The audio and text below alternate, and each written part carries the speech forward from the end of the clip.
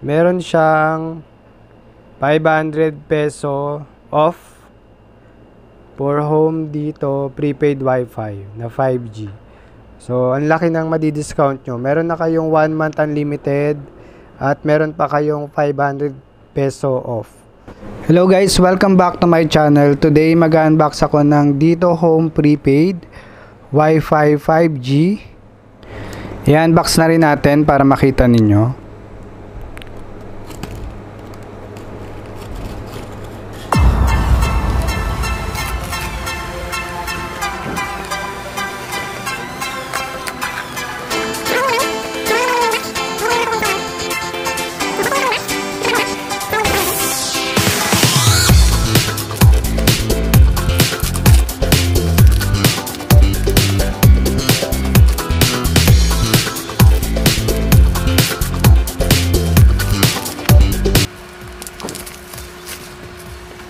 So, ito yung kanyang box. Nakalagay dyan na 5G CPE 5 SE Plug and Play Wi-Fi 6 38,000 Mbps high gain antenna. Tapos, ito yung kanyang ilalim. Yung model niya is H151-370. Yung color niya is white. Okay. Ayan, nakita nyo naka-sealed. At yung kasamang SIM card nandun sa ilalim. So, tanggalin na rin natin yung SIM. Kasi re-register pa natin yan. Ayan yung SIM card na kasama. So, nakalagay dyan 5G CPE 5 SE. Tapos plug and play Wi-Fi 6 3000 Mbps dual band auto selection. High gain antenna, better speed and coverage. Visualized Wi-Fi diagnosis. Connect up to 128 devices. 128 devices. Ang dami nun ha. So, buksan na natin.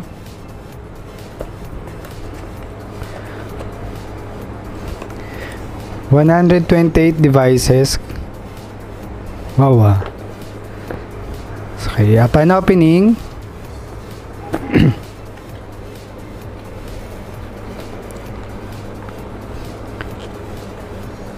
ito nakasulat. Meron tayong scan QR code to download the app. Tapos meron tayong warranty card. At meron tayong quick start guide.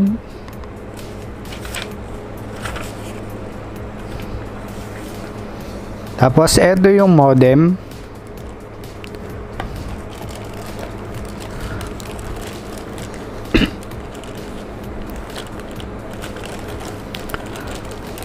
Wala siyang logo ng Dito. Walang logo ng Dito, pero ay, mamaya sige, tignan natin yan. Tignan muna natin yung laman doon sa loob. Okay. Tapos wala na siyang ibang kasama. Power supply lang.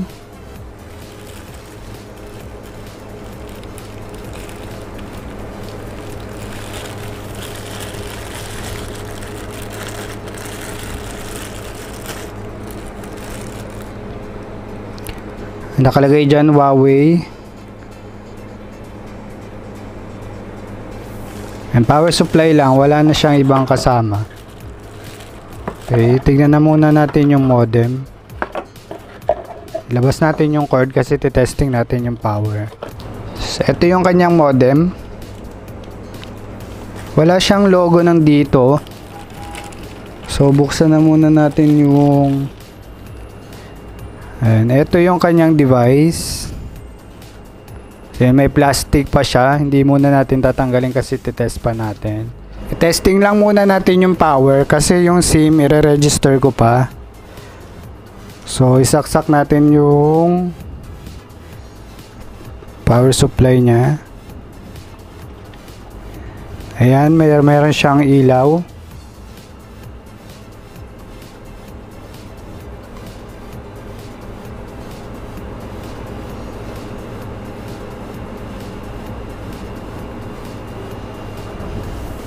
And subukan natin i-power on. Wala siyang power button. Kapag sinaksak mo siya, yun na rin yung power niya. So direct na yung power niya, wala na kayong ibang pipindutin na button dun sa likod. So naka red siya, wala rin signal kasi wala pa tayo nilagay na SIM. So i-register ko muna yung SIM card and then i-testing natin yung unit.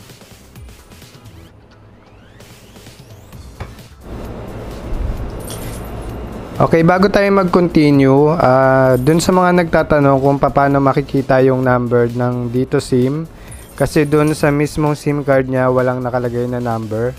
Ang gagawin ninyo, insert nyo muna yung SIM card sa cellphone ninyo. Kahit anong cellphone, siguro kung mas maganda kung 5G capable yung cellphone nyo or LTE. Pag na-insert niyo yung SIM card doon sa cellphone, makaka-receive kayo ng text message. Tapos doon sa text message, makikita niyo yung number ng SIM card.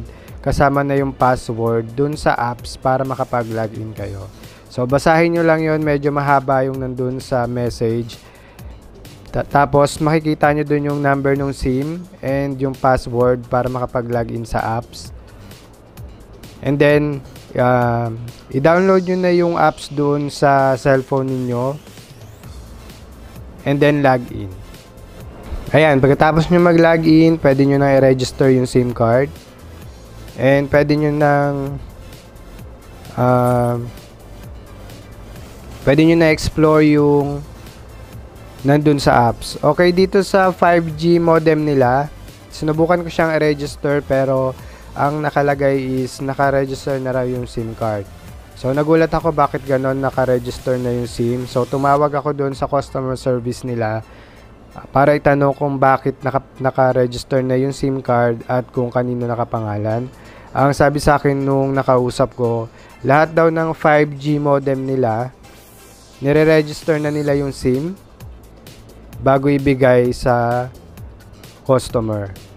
Ang gagawin nyo na lang doon sa apps, yung details ninyo, merong option doon na babaguhin nyo yung data na nakalagay doon, yung pangalan nyo, yung date of birth, number, etc. etc. Babaguhin nyo na lang yung mga pangalan doon or yung details na nakalagay.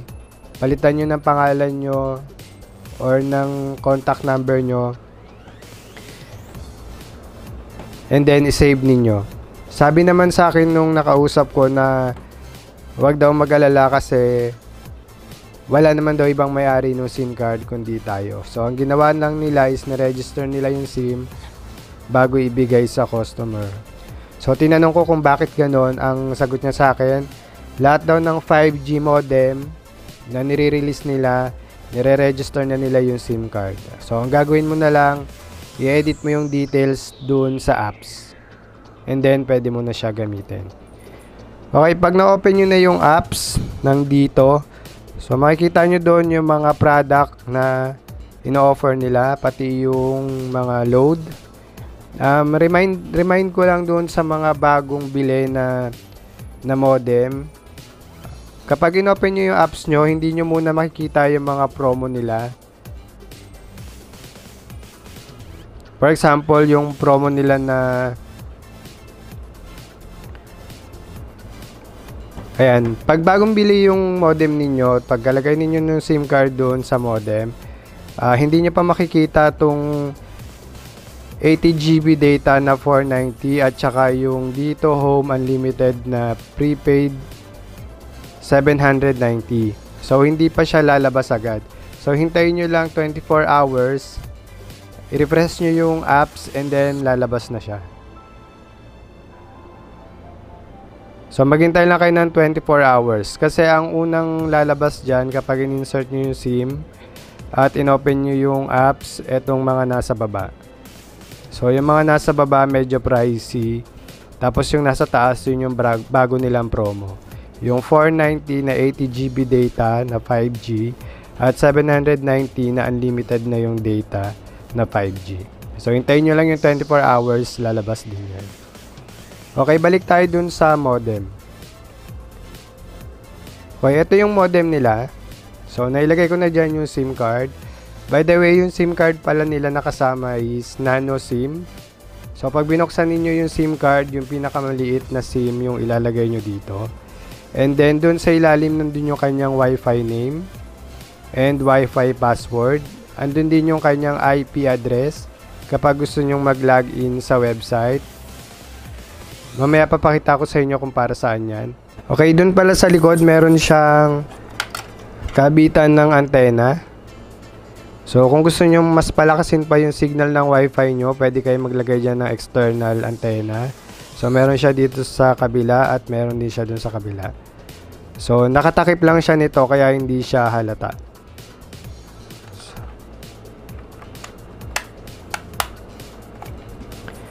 Ayan, isaksak na natin yung device. So, wala siyang power button na. Ito na rin yung kanyang power. Pag nilagay nyo yung saksakan, automatic, iilaw yan. Okay, nakikita nyo meron siyang red signal. So, yung red signal, ibig sabihin yan, standby siya.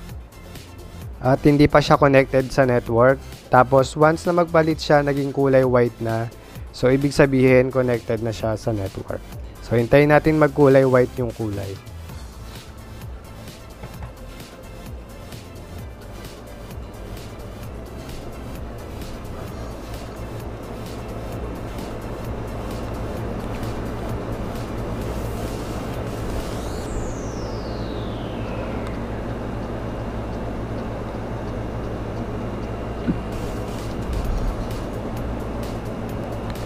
Ayan, from red, naging kulay white na siya. Tapos, nagkaroon na rin siya ng mga ilaw dito sa dulo. At meron na rin siyang ilaw doon sa kanyang Wi-Fi indicator. Okay, ito para sa network. Ibig sabihin, pag nagkulay white siya, connected ka na sa network. Tapos, itong Wi-Fi signal, Wi-Fi indicator. So, ibig sabihin, pwede ka na mag-connect. Tapos, yung mga ilaw dito sa dulo, yung letter R na nakikita ninyo, yan yung 5G network status indicator niya. So, kailangan meron siyang ilaw, yung letter R na yan. So, yan yung 5G network status indicator niya.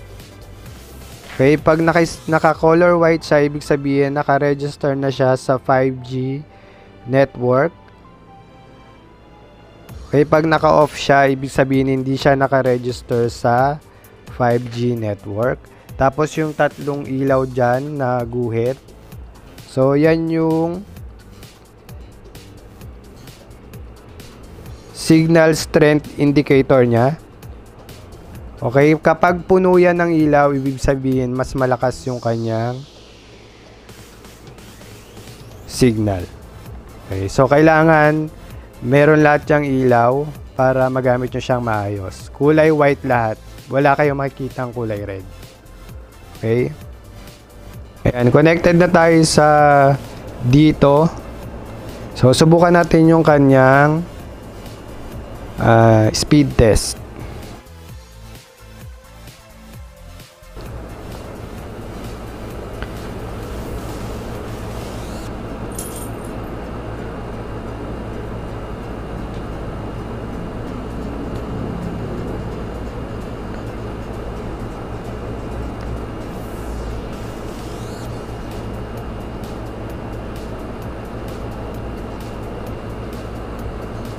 So, ayan yung lumabas. 28.4 Mbps download and 2.59 Mbps upload. Okay, speed test ulit natin sa itong Ookla.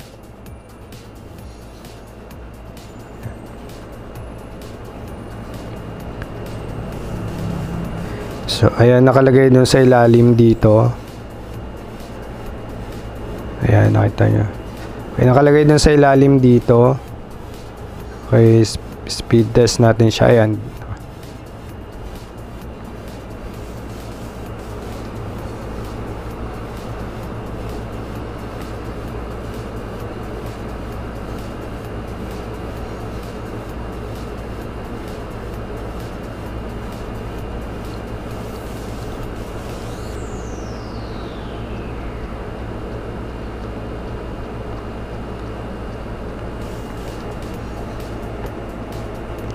31.85. Kaya additional, para hindi kayo mahirapang mag-login dun sa kanyang IP address, yung pinakita ko kanina, yun nandito sa ilalim, itong IP address niya.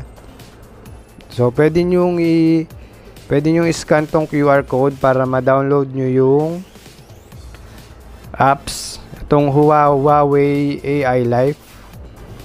Okay, pag binuksan nyo yan, makikita nyo dyan 5G CPE 5SE.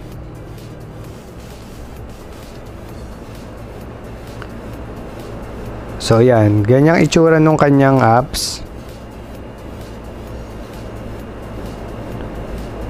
Ayan, doon sa gitna kung nakikita ninyo, meron siyang 5G, tapos dito, ayan.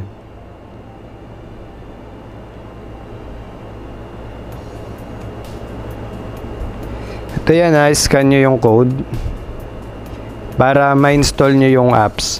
Kasi sinubukan ko siyang hanapin sa Play Store, hindi ko siya makita. So, kailangan talaga ma-scan nyo tong code para ma-install ninyo. Ayan, CPE 5SE 5G. Makikita ninyo yung 5G network. Tapos yung dito. Tapos makikita nyo dyan kung ilang device yung nakakonect. Tapos yung mga details niya. Tapos pag show more, Wi-Fi settings, pwede nyong palitan lahat dyan kung gusto nyo palitan. So, hindi na kayo magla-login doon sa website. Ayan. So, mas madali siyang i-navigate pag na-install nyo tong Huawei AI Life na yan. Okay. Kung personal use lang din naman, halimbawa malakas yung signal ng dito network sa area nyo, or malakas yung coverage ng dito 5G sa area ninyo, ulitin ko 5G. So, kung walang 5G sa area nyo, hindi siya magagamit. Kung malakas yung 5G signal sa area nyo, okay, marerecommend ko siya na gamitin nyo for personal use. For example, halimbawa, gagamitin nyo lang siya pang browse sa Facebook, pang online streaming, pang nood sa YouTube, pang gaming, pwede rin kasi yung isa na try ko, mabilis naman yung network niya. Marerecommend ko tong dito, prepaid home 5G. So, wala akong naging problema sa connection niya. So, 2 days ko siyang ginamit, okay naman sa akin. So, wala akong nakitang problem sa connection. Tuloy-tuloy yung gamit ko, hindi siya nagbabuffer. So, kung gusto nyo i-try, tapos alam nyo na natignan nyo dun sa apps na okay yung signal ng 5G nyo, pwede kayo bumili sa online.